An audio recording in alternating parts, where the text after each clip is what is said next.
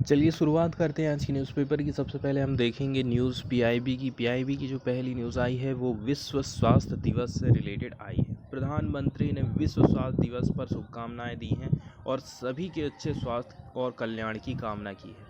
तो विश्व स्वास्थ्य दिवस पूरे विश्व में मनाया जाता है ताकि लोगों को स्वास्थ्य के प्रति जागरूक बनाया जा सके। वो लंबी उम्र तक कैसे जी सकते हैं, इसके लिए उन्हें क्या करना चाहिए, इसके बारे में लोगों को जागरूक किया जाता है।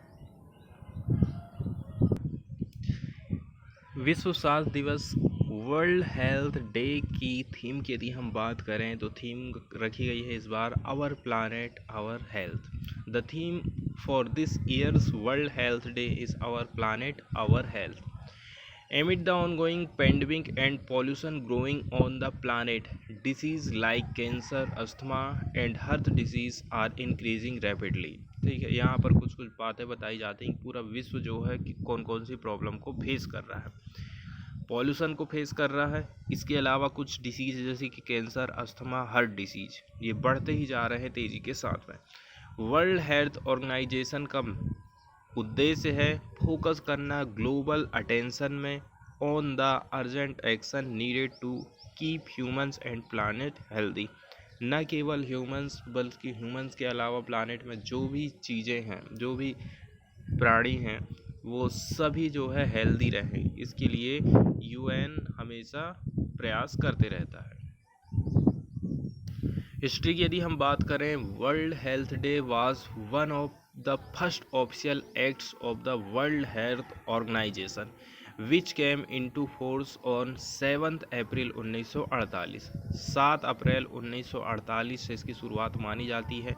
The first World health Day was celebrated on 22 July 1949। ठीक है, स्थापना यहाँ पर बताई गई है 7 अप्रैल 1948 में वर्ल्ड हेल्थ ऑर्गेनाइजेशन की। फिर इसके बाद पहली बार इसको सेलिब्रेट किया गया था 22 जुलाई 1949 को। इसके बाद and the date was later change to 7 April. बाद में फिर इसकी जो डेट है उसको 7 अप्रैल कर दिया गया था in order to encourage student participation, ताकि जो बच्चों का पार्टिसिपेशन है वो ज़्यादा से ज़्यादा हो सके। In order to understand the history of the World Health Day, it is important to look at the creation of World Health Organization, which took place in 1945 at the United Nations Conference। United Nations conference में 1945 में world Health organisation का गठन हुआ था।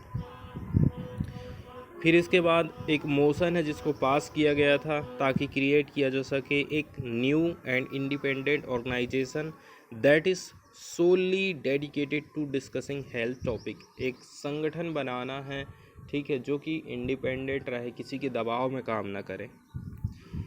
As many as 61 countries signed the agreement for the inception of World Health Organization on 7 April 1948 और लगभग 61 country इस पर सहमत भी हो गए थे।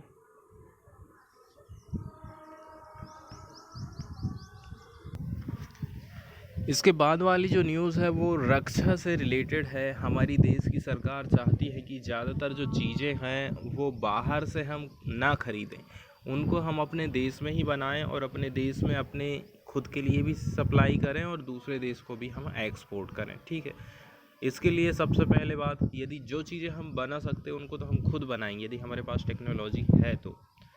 दूसरी बात, जिस कंपनी से हम खरीद रहे थे उसको कहेंगे कि आप हमारे यहाँ आइए, यहीं पर प्लांट स्थापित करिए और उपकरण को बनाइए। इससे हमारे देश की कंपनियां भी सीख जाएंगी कि कैसे करके बनाना है, कैसे करके काम करना है। ये सारी बातें हम पर सामने आने वाली है।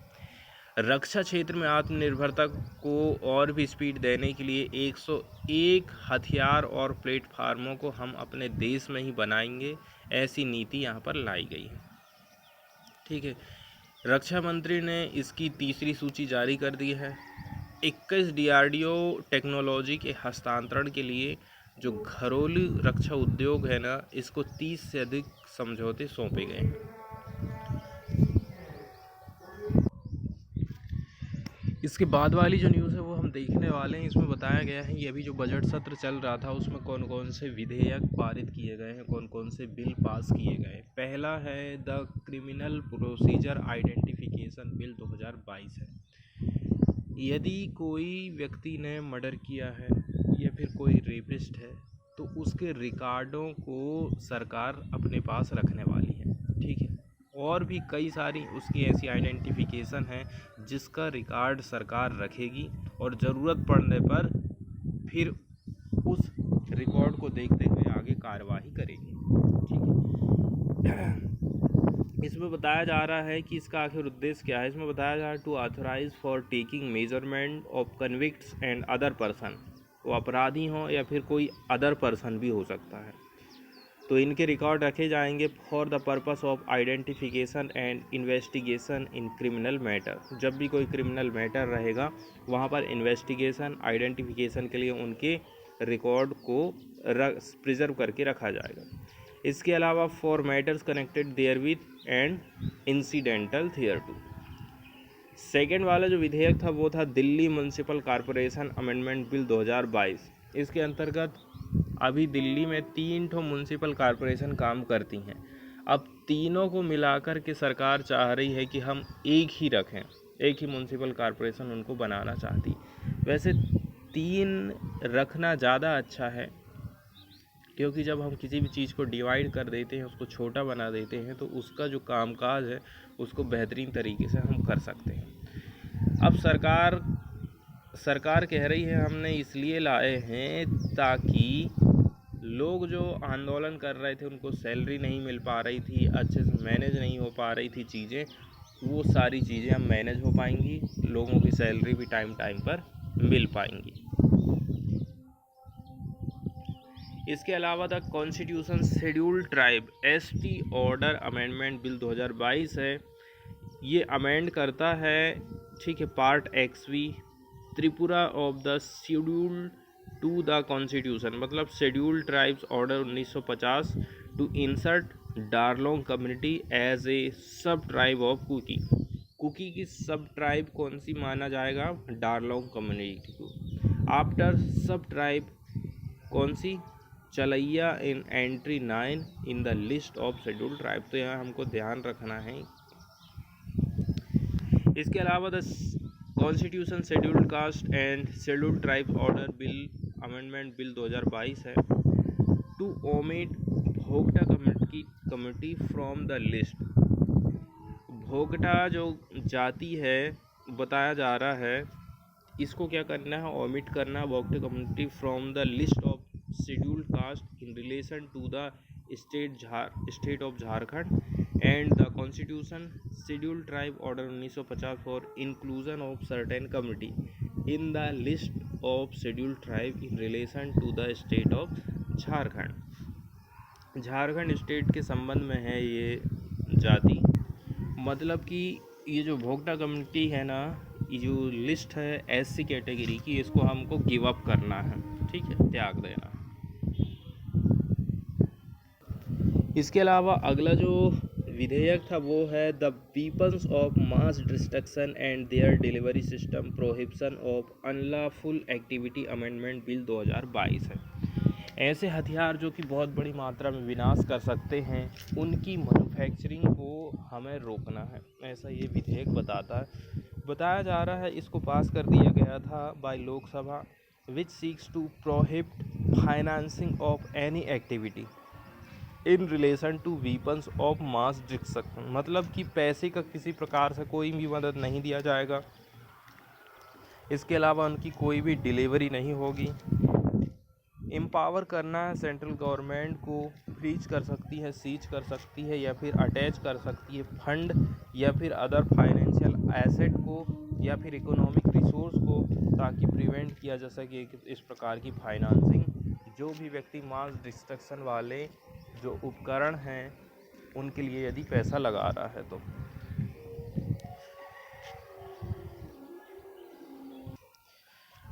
द हिंदू की पहली खबर हम देखने वाले हैं, यूनाइटेड नेशंस जनरल असेंबली से ये रिलेटेड है।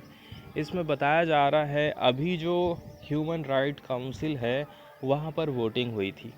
उसमें से भारत ने क्या काम कर दिया है, फिर से अब्सेंट मार दिया है। ठीक है, तो उसी को लेकर के ये न्यूज़ आई है।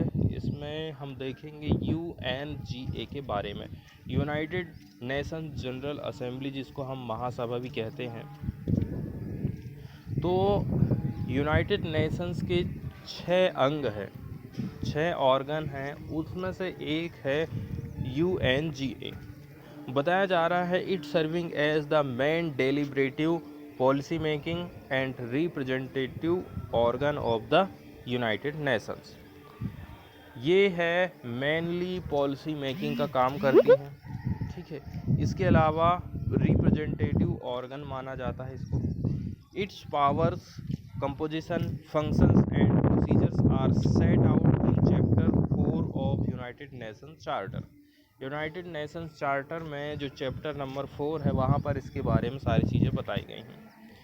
इसके अलावा the UNGA is responsible for the UN budget. United Nations का जो बजट है, ठीक है, कहाँ से पैसा आएगा, कहाँ पैसा खर्चा करना है, इसके लिए रिस्पॉन्सिबल है ये महासभा।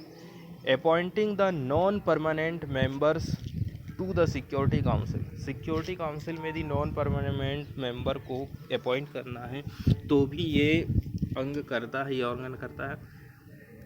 इसके अलावा बताया जा रहा है appointing the secretary general of the United Nations. United Nations के सेक्रेटरी जनरल की अपॉइंटमेंट भी यही करने का काम करता है। इसके अलावा receiving report from other part of the UN system. United system के अदर पार्ट से ये रिपोर्ट को रिसीव करता है and making recommendation through resolution. Report आएगी, इसके अलावा रिकमेंडेशन देता है रिजोल्यूशन के माध्यम से। इसके अलावा बताया जा रहा है it also establishes numerous subsidiary organ to advance और assist in its broad mandate. जो भी चीज़ें इसको करना है उसके लिए छोटे छोटे और भी ऑर्गन का निर्माण कर सकता है अपनी सहायता के लिए। The UNGA is the only UN organ wherein all member state have equal representation। ये सबसे इम्पोर्टेंट चीज़ हो जाती है कि ये जो UNGA है, यहाँ पर सबका रिप्रेजेंटेशन बराबर, सबको कहना चाहिए बराबर अधिकार दिए गए हैं। It has 193 members all the UN member countries. 193 member हैं और टोटल भी UN के 193 ही हैं।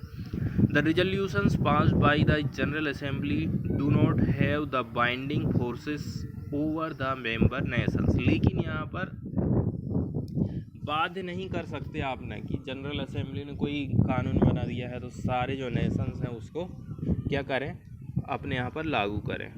The general assembly meets under its president और the UN secretary general in annual session at UN headquarter in New York city. ये भी हमारे लिए इम्पोर्टेंट है कि जो है इसका हेड रहेगा प्रेसिडेंट, नहीं वो नहीं रहा तो UN सेक्रेटरी जनरल रहेगा। हर साल इसकी बैठक होती है और होता है कहाँ पर, न्यूयॉर्क सिटी इसका हेडक्वार्टर। पहला सेशन इसको कन्वेन किया गया था 10 जनवरी 1946 को in the Methodist Central Hall, कहाँ पर, लंदन में, and included representative of the 51 founding nation. 51 founding nation इसमें शामिल हुए थे। द असेंबली में also take action if the security Council fails to act. Security Council यदि काम नहीं कर पा रही है तो एक्शन लेगी UNGA। Owing to the negative vote of a permanent member in case where there appear to be threat to peace, breach of the peace or act of the aggression। दूसरी बात हम देखने वाले हैं यहाँ पर वोटिंग कौन कौन से मैटर पर हो सकती है। तो यहाँ पर जो वोटिंग के जो क्वेश्चन है वो कौन कौन से हो सकते हैं, peace and security, budgetary concern है, इसके अलावा इलेक्शन, एडमिशन, सस्पेंशन और एक्सपल्सन ऑफ मेंबर्स। यदि मेंबर को सस्पेंशन करना है, नए को जोड़ना है, is by a 2/3 majority of those present and voting. तो इसके लिए क्या चाहिए, 2/3 मेजॉरिटी चाहिए। Other question are decided by a simply majority, और भी कुछ क्वेश्चन हैं जिनको सिंपली मेजॉरिटी के माध्यम से यहाँ पर उठाया जाता है। Each member country has one vote, ये हमारे लिए काम की चीज़ है।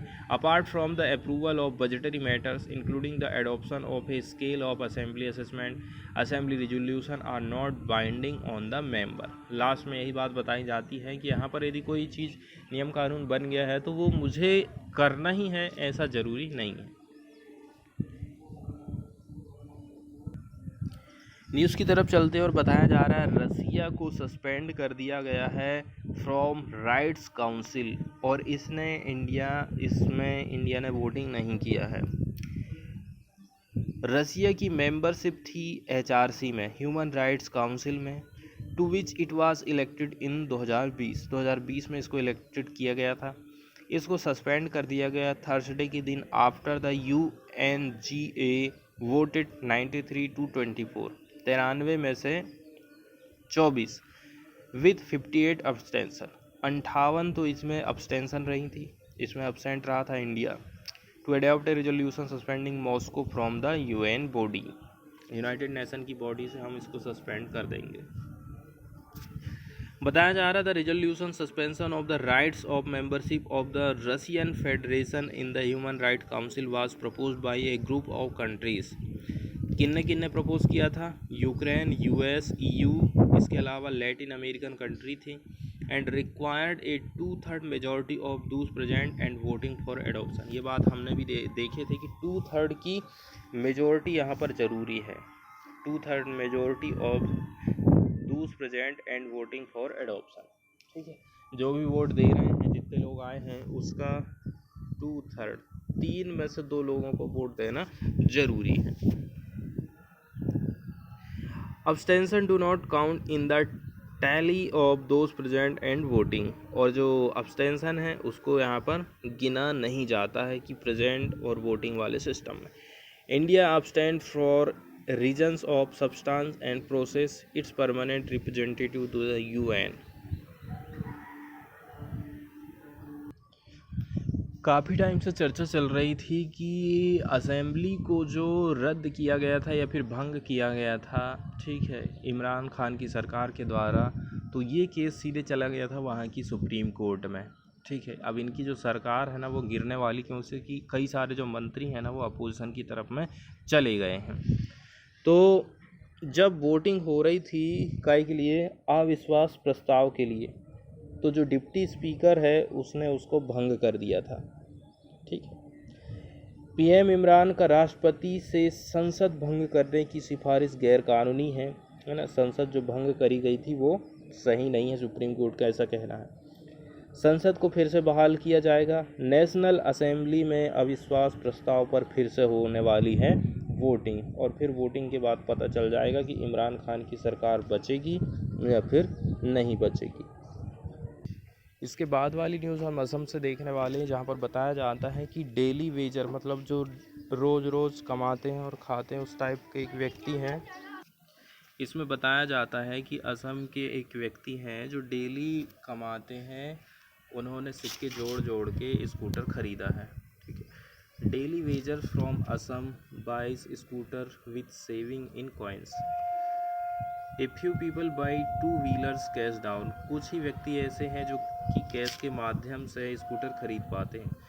डेली वेजर हैं उपेन रॉय, जिसका नाम बताया गया है Upen Rai, choose to do so with the coins he had been saving for almost a decade. मतलब लगभग पिछले 10 साल से ये सिक्के को इकट्ठा कर रहे थे ताकि गाड़ी खरीद सकें। Executive at a 2 wheeler showroom on the outskirt of Guwahati were at their wits' end when Mr. Roy walked in with his wife and a bundle of coins a couple of days ago. He was keen to buying a scooter. बहुत ज़्यादा उत्सुक थे ये scooter ख़रीदने को लेकर के, और यहाँ पर इसकी कीमत बताई जा रही है 89,000।